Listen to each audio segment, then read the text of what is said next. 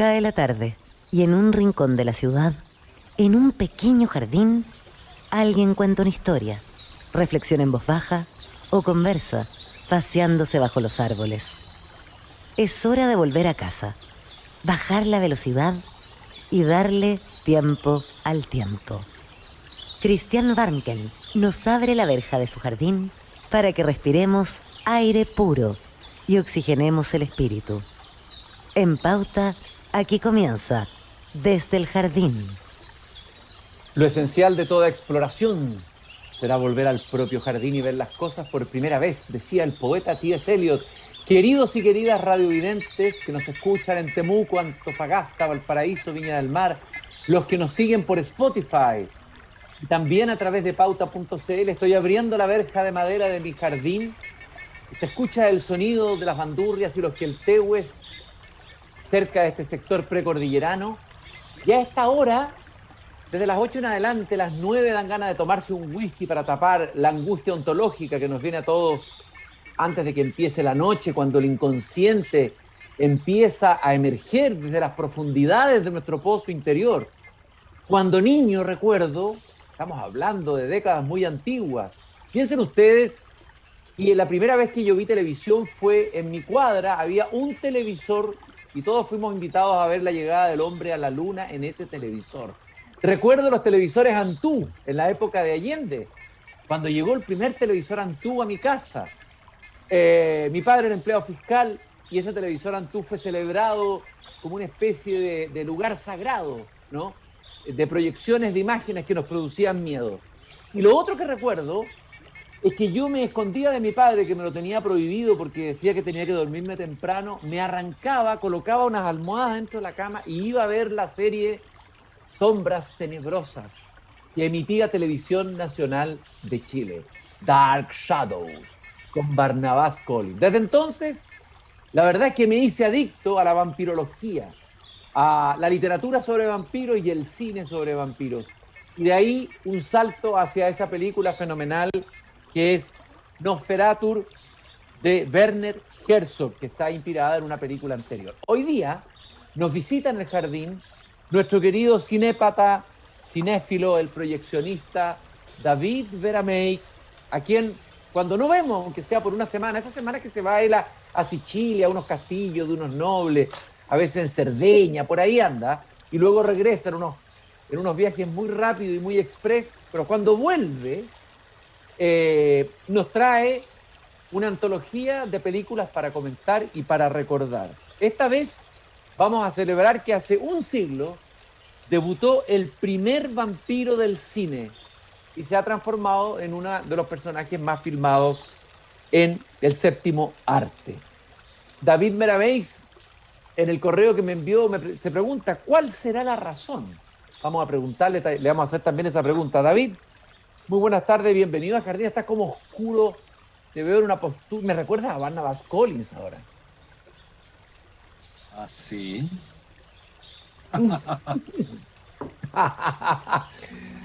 Es Barnabás Collins, pero en versión David Verameix. Tienen que verlo en pauta.cl, se ve increíble. ¿Ah? Versión criolla local.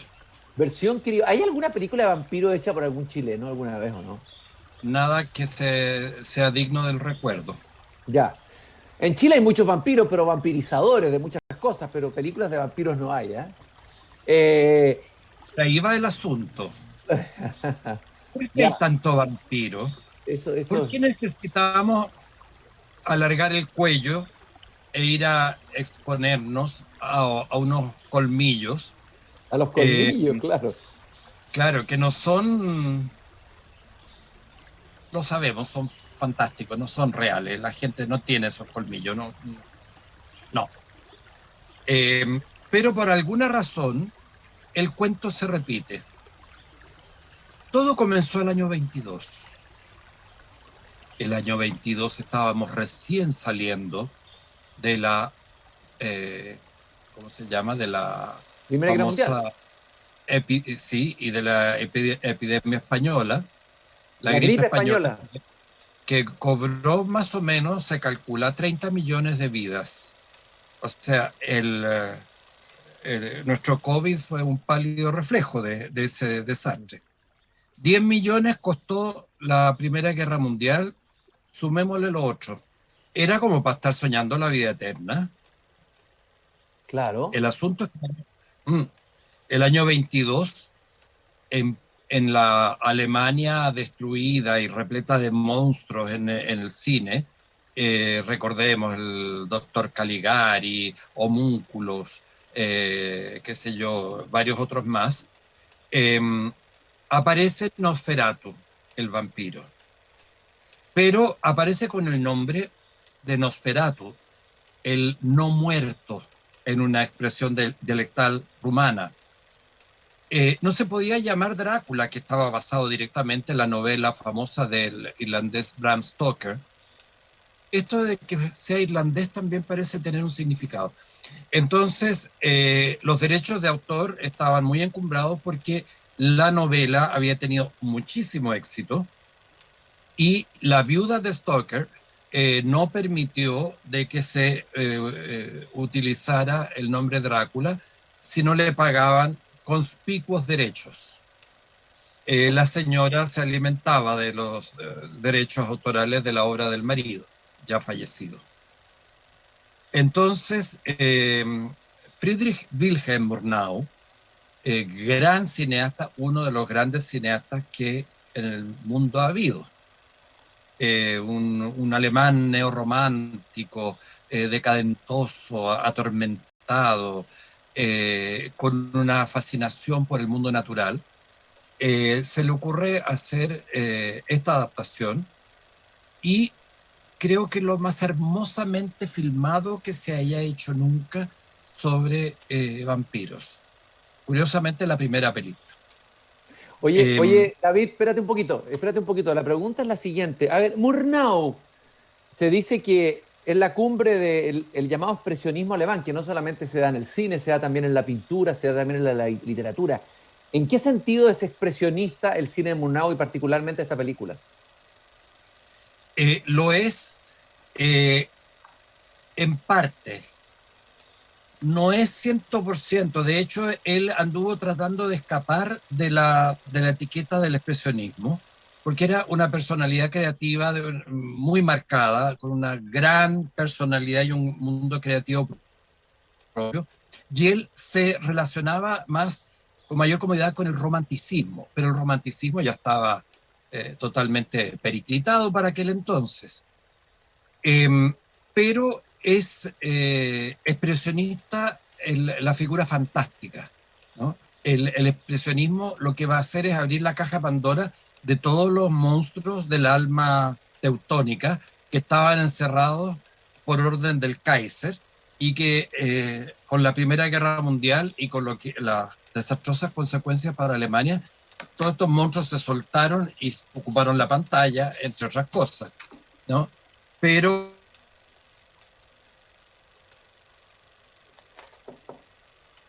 formación, sino el elemento fantástico más cercano, por lo tanto, al romanticismo. Lo que sí Murnau experimenta es con el lenguaje.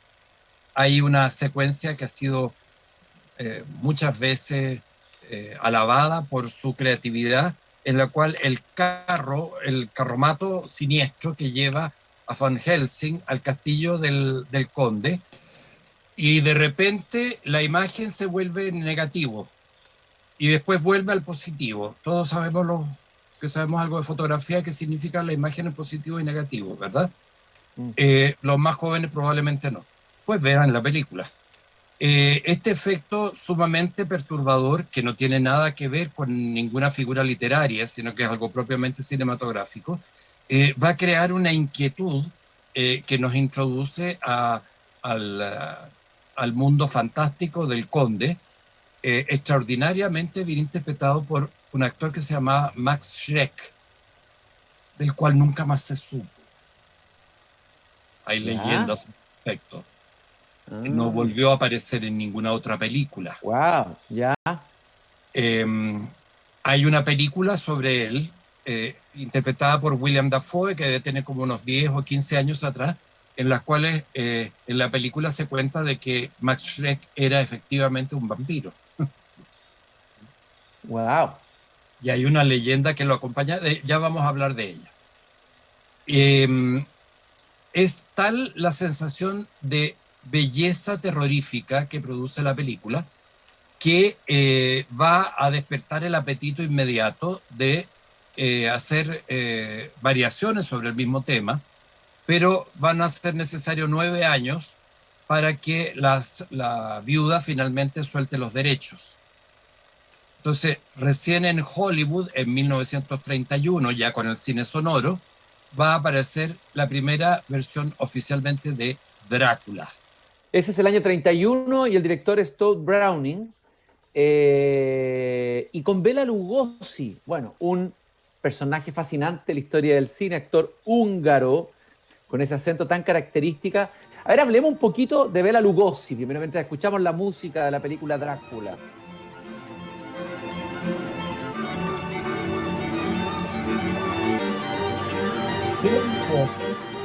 Venía del teatro húngaro y como ustedes saben, la lengua húngara es un poco dura, ¿no? Sí. Como todo lo que hay en Hungría. Y eso, ese acento, él no tenía idea de hablar inglés y no le interesaba tampoco. No tenía mucha curiosidad por estos americanos, pero pagaban muchos dólares. Entonces se trasladó a filmar esta película aprendiéndose los diálogos de memoria, ¿no? Y tenía este acento marcado, lo cual va a ser parte de su fascinación. Él va a hacer toda una carrera como intérprete de películas de terror. No, va a ser Drácula un par de veces más, y de hecho cuando murió, era bueno para ponerle, cuando murió pidió ser enterrado con la capa de Drácula. Ah, se identificó con el personaje con todo, es decir... Ahora, hablemos de este Todd Browning. Hay algo interesante que decir. ¿Cuál es la diferencia también del estilo o la estética de esta película en relación a The Murnau? ¿Qué es lo que aporta esta película en esta genealogía cinematográfica de las versiones de Drácula? Todd Browning venía de Inglaterra. En ese mismo periodo, el comienzo de los años 30, a causa de la crisis económica y el auge del nazismo, del fascismo ya estaba instalado, y del nazismo después en Alemania, se va a trasladar una generación completa de creadores vinculados al expresionismo y se van a instalar en Hollywood para crear probablemente la galería de criaturas terroríficas más famosa que ha tenido el cine hasta ahora. En ese movimiento está Todd Browning, que va a hacer también la famosa película Freaks, raros, ¿no? Cuando uno dice algo de esto es muy freak, claro, en esta expresión reductiva anglicista que puede ser muy limitante, está indicando esta película en la cual hay monstruos humanos reales, de verdad, gente sin piernas, amputados, deformes, etcétera, etcétera. Oye, David, perdón, esta es la versión, lo que se dice, la versión clásica de Drácula. ¿Por qué? Porque inaugura el castillo gótico, la capa del conde y el frac, ¿no? La elegancia caballeresca que no tenía Max Schreck, que era bastante monstruoso en realidad, de verlo daba susto, mientras que Bela Lugosi era un caballero muy educado, muy seductor, y que por lo tanto las mujeres caen relativamente rendidas no tanto a sus encantos masculinos, sino a su educación, a su finura, a que él las sabe tratar como reinas para después hacerlas sus víctimas, claro, ¿no? Por lo tanto, es una estrategia arquetípica que viene desde muy atrás en el tiempo, que funciona muy bien con él. Estoy con David de la Meix, estamos recorriendo la historia del arquetipo del vampiro en el cine. Partimos con la película Nosferatu de Murnau, luego seguimos con Drácula de Todd Browning, y aquí damos un salto hacia el vampiro mujer, la vampiresa. La palabra adjetivo vampiresa tiene una serie de connotaciones que tienen que ver con el erotismo. Hay algo también erótico en la figura del vampiro, tan ático y erótico, ¿no? Está como en un límite ambiguo el vampiro. Pero hablemos de esta vampiresa. ¿Es una vampiresa seductora, voluptuosa o nada que ver con eso, David? Nada Vampiro. que ver. La película es Vampire, ¿no? De Carl Theodor Dreyer, sí. Sí, esta es una película danesa de un gran cineasta. Es de los señores que hay que sacarse el sombrero y agacharse cuando uno los menciona, porque es uno de los grandes cineastas que ha habido en el mundo. Hizo esta película basada en una novela de otro irlandés, Sheridan Le Fanu, que se llamaba Camila. Y Camila es una vampiresa, pero no tiene nada de las vampiresas que uno se sueña con decirme, piérdeme, mujer, ¿no? Perjudícame, destroza. No, Sí. esta es una anciana. Y es una anciana que es la encarnación del poder y que actúa a plena luz del día. Y esto es preocupante. Oye, pero ahí está violando las leyes de los propios vampiros, digamos. ¿Cómo actúa a plena luz del día? O sea, hay una contradicción ahí aparente. Sí, pero no. ¿Cómo te dijera yo para que me entendiera? Vean la película. Ahora, cuando digo vean la película, no estoy diciendo nada imposible. Yo me encontré una copia en DVD en plena Estación Central, a la oferta, sí, ¿no? Y entonces le pregunté al vendedor y el vendedor me dijo, oiga, esta es única. Esta película sí que da susto porque no tiene nada de las películas de susto. Entonces por eso uno le da más susto todavía. Porque uno no espera algo a la luz del sol, ¿no? Qué buena observación, ¿no? Y ese vendedor de videos sería un gran crítico de cine. Vampire de Carl Theodor Dreyer. Y de ahí nos lanzamos a la película de Terence Fisher ya en el año 1958, Drácula el vampiro. ¿Qué aporta esta película en esta historia del cine vampiresco? Probablemente la mejor interpretación que exista de Drácula. Una que logra dejar atrás a Bela Lugosi, que hasta ese momento tenía casi el monopolio de la iconografía. Pero aparece Christopher Lee, un actor británico, alto 1,90 m, con un cierto aspecto siniestro ya de origen, que va a agregarle los colmillos al personaje, cosa que no se había visto nunca hasta ese momento. Porque cuando Bela Lugosi se acercaba al cuello, se tapaba la nuca y no se veía el mordisco. Mientras que Christopher Lee se va a colocar estos colmillos que van a ser un éxito extraordinario, y la película de hecho va a ser una de las películas más taquilleras de su tiempo. Película británica de la famosa casa productora Hammer, la Hammer Films, que va a especializarse en terror. Va a ser tan exitoso este Drácula de Christopher Lee que él lo va a interpretar 14 veces. Creo que no hay ningún actor en la historia del cine que haya interpretado tantas veces un mismo personaje. Pero espérate, ¿lo va a interpretar en otras películas de vampiros? ¿Me estás diciendo? Claro, 14 películas de vampiros interpretadas por el mismo actor. Ese es un dato freak, ¿eh? Pero lo más interesante de todo es que todo el mundo se preguntó ¿qué tiene Christopher Lee de tan perturbador que crea esta sensación erotanática, pero al mismo tiempo terrorífica? Y a alguien se le ocurrió investigar algo que después yo hice el mismo recorrido y investigué lo que ya estaba descubierto.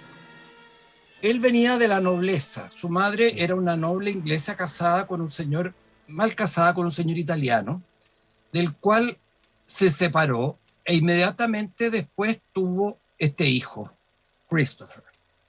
Entonces, como el tipo vivió hasta los 90 años, todavía aparece en la trilogía del Señor de los Anillos. ¿Se acuerdan el mago malo con la barba larga? Ese era Christopher Lee. A alguien se le ocurrió investigar quién pudo haber sido realmente el padre de Christopher Lee. Y se descubre que la madre había sido gran amiga, muy amiga, de Max Schreck. Es decir, de la ¡Wow! que hizo Nosferatu. ¡Wow! Oye, oye, esto sí que es farándula de altura, como decía Raúl Ruiz, ¿ah? Esto sí que es Claro, farándula de altura, ¿ah? porque se imagina si se llegara a descubrir que efectivamente Christopher Lee era hijo de Nosferatu. Ay, ay, ay, qué interesante, qué bonita esta historia que nos estás contando. Estoy con David Benamey, el proyeccionista, el cinépata, el cinéfilo aquí que nos visita en el jardín, para recordar que hace un siglo debutó el primer vampiro del cine, pero desde entonces ha sufrido sucesivas reencarnaciones en distintos directores y en distintos actores. Ahora, ¿hay algo que decir sobre el director Terence Fisher de Drácula el vampiro, la película de 1958, David? ¿Algo relevante que decir? Un especialista en su género, y va a ser capaz de ser responsable de cosas tan inverosímiles como Drácula contra Batman, Ah, mira, Drácula contra Frankenstein, ¿no? ya. Las vampiresas de no sé dónde, el castillo de las vampiras malditas, etcétera, etcétera, etcétera, etcétera, etcétera. O sea, Ya. Drácula para todo. Es entonces como en los años 60 se le ocurre a Roman Polanski, que venía de Polonia, lo sabemos, preguntarse por qué tanto vampiro. Y la respuesta que va a dar va a estar en El baile de los vampiros, que va a ser probablemente su última comedia. Él tenía un cierto sentido del humor, yo el personaje no lo conozco y no conozco a nadie que lo haya conocido nunca, pero me dicen que periodista conocí que lo entrevistó una vez, que es más bien taciturno y serio, y Ya. uno se pregunta cómo pudo hacer El baile de los vampiros, que es una comedia que funciona a las mil maravillas como sátira, que es muy divertida, y en donde Ya. él es el protagonista además. Él con el profesor no sé cuánto van a investigar los vampiros a Transilvania, especialmente porque hay una chica que ha sido vampirizada, que es la Sharon Tate. Ujú. Sharon Tate, que va a ser la mujer de Roman La Polanski. musa de Roman Polanski, finalmente. Mujer, musa y ahora vampiresa, además, en la película. Por lo tanto, Escuchemos ahí un extracto de la película de El baile de los vampiros de Roman Polanski aquí en Desde el justamente Jardín. la música del baile. Sí.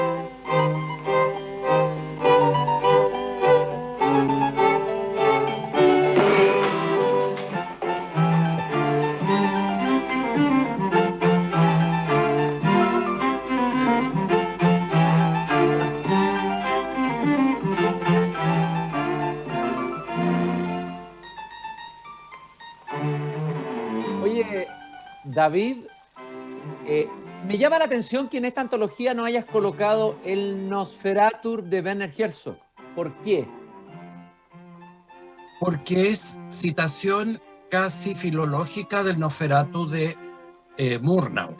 Y entre hablar del de Herzog, que está más a la mano, y el de Murnau, que es un poquito más complicado de ver, eh, siempre hay que ganarse por los rincones, dice un viejo criterio crítico, que para descubrir la verdad de la milanesa.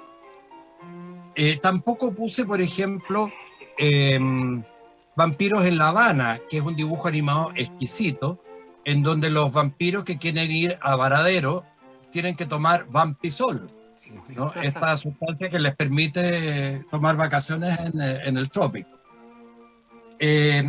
Porque también es sumamente popular. Y entre dejar fuera a Christopher Lee con esta historia, a dejar fuera a Bela Lugosi, era imposible dejar fuera a No, Murnau. desde luego. Ahora, a mí la Y película de Herzog, especialmente, perdón, a mí la película de Herzog me fascinó cuando la vi, era joven, y lo volví a ver. O sea, ya, tú dices que es prácticamente una reescritura, por decirlo así, para usar un término literario, de la película de Murnau, pero uno podría encontrar algunos elementos o obsesiones tal vez de Herzog en esa película, ¿o no? Típicas, quiero decir. yo creo que reitera y desgraciadamente no penetra en un punto fundamental. Es ahí donde es la forma, la que a mí también me sedujo mucho. Pero faltó hincarle el diente a esa yugular. Y es el por qué los vampiros. Y hace un tiempo atrás, leyendo no sé qué cosa, un psicoanalista decía, por ejemplo, la idea recurrente que se da en la literatura, pero especialmente en el cine, de las figuras encubiertas del poder actuando sobre los súbditos, sobre los esclavos. Oye, pero también, David, en la pareja se habla de o entre las relaciones de ser humano, alguien que vampiriza a otro, es decir, que le chupa la sangre, le quita la energía, también establece una relación de dominación, ¿no es cierto?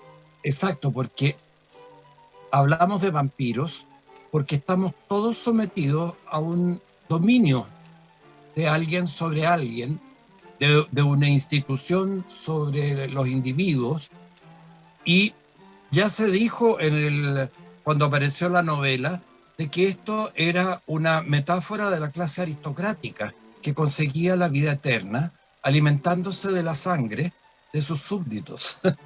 ¿No? Oye, ahora hay algo, David, que también, a propósito de lo aristocrático, de lo decadente, uno podría decir mirado desde acá, hay algo también melancólico en los vampiros mismos. Hay vampiros más melancólicos que otros, o una cierta tristeza, ¿o no? O una cierta soledad de estos personajes, ¿no? La soledad de la vida eterna, que eso está bien retratado en Entrevista con el vampiro, que era una película en que el vampirismo se relacionaba un poco con el VIH, donde estos vampiros, que eran Antonio Banderas, Brad Pitt y Johnny Depp, se vampirizaban unos con otros, se otorgaban la vida eterna en una suerte de contagio permanente. Hay algo ahí de la tristeza de la vida eterna. O sea, decía Borges, si yo soy eterno, voy a ver el atroz rostro de Adán, ¿no? Claro. Lo cual, claro, produce un poco de melancolía. A lo mejor es mejor morirse a un debido tiempo. Y lo último, quería preguntarte, ya por curiosidad, me tocó entrevistar hace años al director de cine John Carpenter, el autor de Halloween, de la cosa, de la niebla, el fog, etcétera. Obviamente que lo conoce. Es una de vampiros él. Él tiene una de vampiros, pero la encontré un poco burda, no me acuerdo muy bien, pero una película de vampiro un poquito burda, sí. De las últimas tal vez de Carpenter, ¿no? No, es de los 90. Ah, es de los 90, ¿ya? Eso es el siglo pasado, Cristian. Es el siglo pasado, lógico, nos van a decir que somos dinosaurios de... Oye, David, pero ¿cómo evalúas a John Carpenter así por curiosidad? ¿Cómo lo evalúas tú como director? ¿Qué piensas de él? Que sube y baja, pero más baja que sube. Ya. Pero de repente tiene una subida. Por ejemplo, La Niebla es una gran película. Era inquietante, sí. Sí, la del auto, la inspirada en la novela de Stephen King, ese auto que toma vida propia también, me acuerdo. No recuerdo el título porque está inspirado en un cuento de Stephen King, etc. En fin, estamos divagando a esta hora de la noche.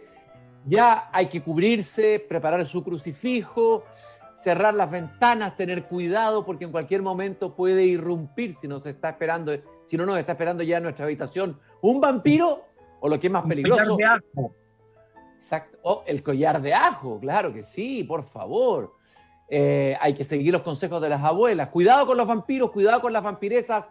Gracias, David, por habernos acompañado con esta interesantísima antología del cine sobre vampiros. Nosotros nos volvemos a encontrar mañana a las 8 de la tarde cuando yo abra de nuevo la verja de madera de este jardín. Gracias, David. Chao. ¡Uy, qué susto! Es hora de cerrar la verja de madera del jardín. Pero Christian Warnken la volverá a abrir todos los días de lunes a viernes a las 20 horas en Radio